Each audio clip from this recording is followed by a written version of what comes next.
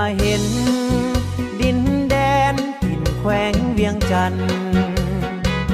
เหมือนดังในฝันโอ้แขวงเวียงจันทร์สวยงามสง่าทิวทัศน์สดสวยเหมือนดังอินทาสร้างมาธรรมศาสตร์เหลือพันละนาเมื่อได้มาเห็นแล้วหลงไหลแห่งเวียงจันทร์วันนี้บอกคือเมื่อคราวก่อนหลัง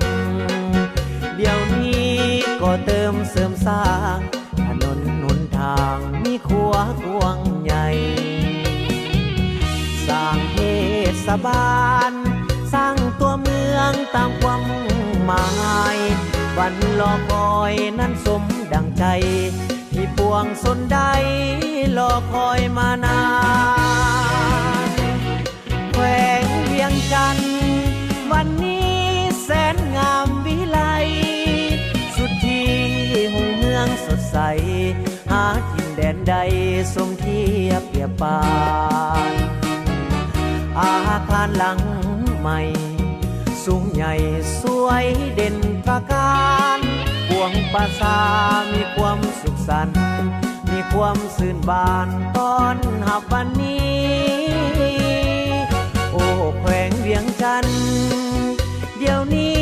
มีสีสันใหม่ก้าวขึ้นสู่จุดมุ่งหมายสู่ความหวังใหม่อุดมหังมี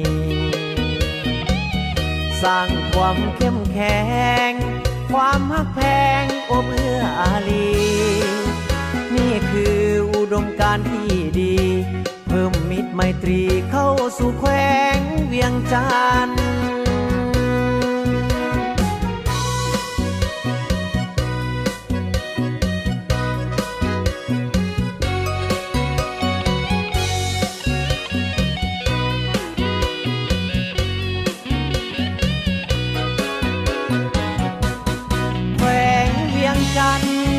วันนี้แสนงามวิไลสุดที่หุ่งเมืองสดใสหาถิ่นแดนใดสมเทียบเปรียบปานอาคารหลังใหม่สูงใหญ่สวยเด่นตระการปวงประสามีความสุขสันต์มีความสื่นบานต้อนรับวันนี้โอ้แขวงเวียงจันทร์เดี๋ยวนี้มีสีสันใหม่ก้าวขึ้นสู่จุดมุ่งหมายสู่ความหวังใหม่อุดมหังมีสร้างความเข้มแข็งความฮักแพงโอบเอื้ออารีนี่คืออุดมการณ์ที่ดีเพิ่มมิตรไมตรีเข้าสู่แขวงเวียงจันทร์